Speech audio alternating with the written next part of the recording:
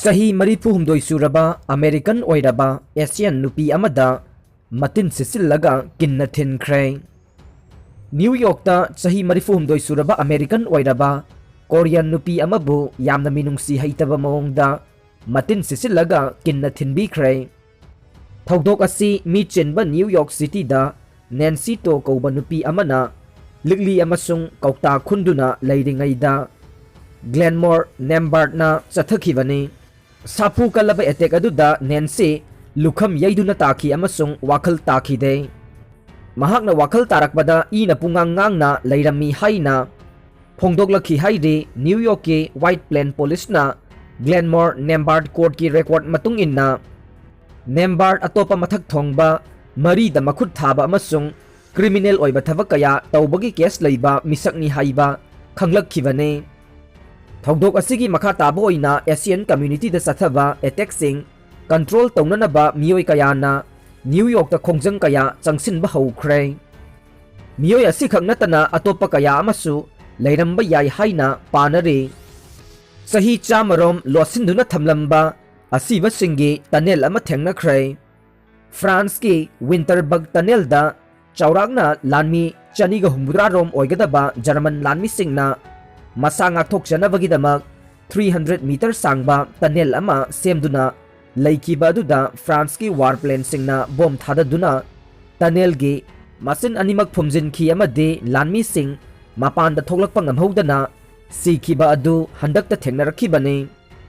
Rimsta Dr. Tamliba Mahiroi ama singnaningai oiba maongda layengnaba pukhalakpada leikidre. Regional Institute of Medical Science Rimsta hauji mga suba semester MBBS ta tamliba Dr. Mahiroi ama singnaningai oiba maongda makhut punduna mamanaba singna Rims ki casualty da layengnaba pukhalakpada leikidre. Laikhidraba Dr. Mahiroi adudi Imphal East ki manung chanba Khurai Thangjam leikaidagi Sanaton athokpam Shahi kunganithoi apokpa Tikendra athokpam kawi hairi. Mahiroi asi hauji Rims ta Dr. Tambaga loinana nupagi hostel number 3 gi room number C15 da leiduna mahi tamlibani. Thokdok asigi matangda phangba pauna hai Sanaton athokpam ngasi Rims ki casualty da mamanaba singna pukhalakibani. Adubu casualty da duty taramba Dr. Singnade Sanaton asi siraga pukhalakpani haina report taure. Thabal Chongbasi Apunba Lingjel Sagatpani Masibu Muthatnaba Hotnabasi Laibak Thibani MAIKO Manipur Youth Cultural Organization MAIKO gi Shahi gi mifam ngarang nongmaijing numitta masigi office porompat Thawan Thabal Laikai Imphal East da pangthokre haina organization asigi cherol amana hairi. Mifam asida saruk yakhiba singna hauzik oideba art and culture gi matangda nungnangba phongdoknakhi. Culture bu educational gi saruk ama oina launaraktaba irang oina launarakpasi karidagino haibasigi haurakpham puthoknakhi.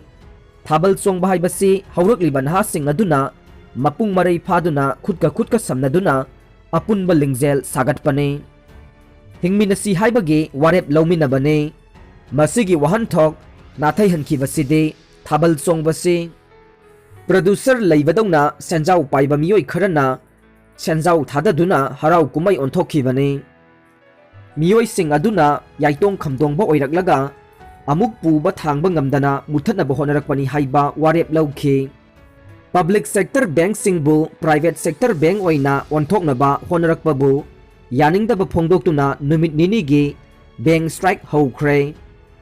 Laibak asida leiriba public sector bank singbu India government na private sector bank oina onthoknaba honarakpagi thawongbu yaningdaba phongdoktuna ngasidagi laibak sinba thungna numit ninigi oiba bank strike ki khongjang changsinba haukhre.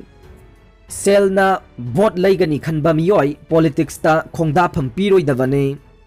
Miyam haibasi sembiba mapuni miyam gi lusingba ma oige hairabadi ihan hanbada miyam aduga afaba mari thamba tai. Miyam ga matam chupada naknaba mari thamba ngamba lusingba adu asengba lusingbane. Miyam nasu mabu yagane selna voter laigani khanba miyoi sing politics ta khongda phampiroi davani haina.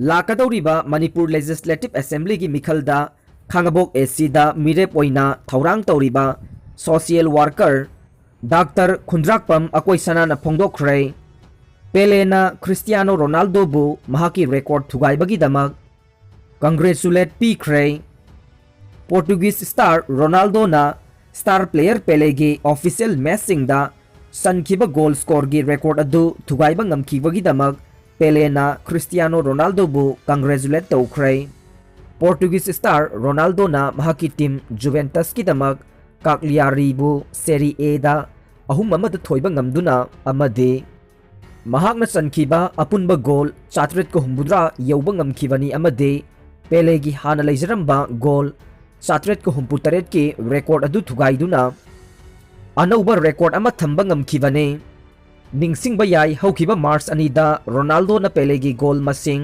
chatret ko humputaret aduga manaba ngamle haina mahaki Instagram gi followers 270 million da claim tawduna phongdokpa laikhrabane